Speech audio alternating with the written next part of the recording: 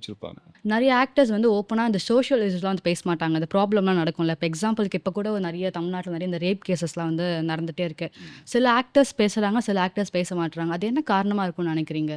சில ஆக்டர்ஸ் வந்து ஏதோ இந்த பாலிடிக்ஸ்ன்னு சப்போர்ட் பண்ற மாரி, அந்த குறிப்பிட்ட அந்த பாலிடிக்ஸ் சொல்லுவாங்கல்ல, அதுக்கு சப்போர்ட் பண்ற மாரி இருக்கிறதுனால அது பேச மாட்றாங்களா?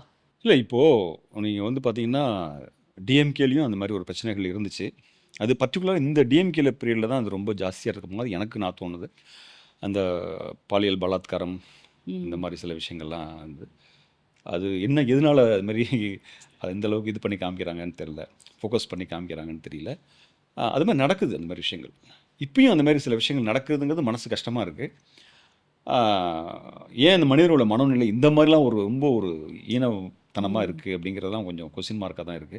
அதற்கு ப்ராப்பரான ஒரு கண்ட்ரோல் சிஸ்டம்ஸ்லாம் போட்டாங்கன்னா, கட்டாயமா நல்லாயிருக்கும் அப்படிங்கிறது.